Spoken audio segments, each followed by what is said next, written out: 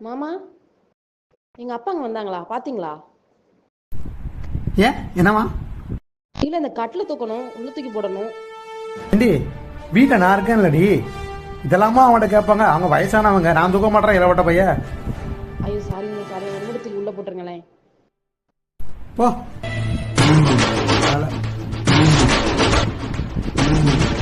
இந்த கட்டலா இது ஒரு வெயிட்டிங் ஆட்ட சொல்ற பாத்தியா? போடி போ.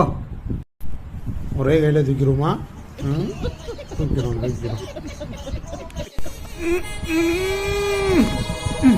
இது முக்குற முக்கு சரியில்லையே. என்ன அவசரப்பட்டு முடிச்சுக்கிட்டடி.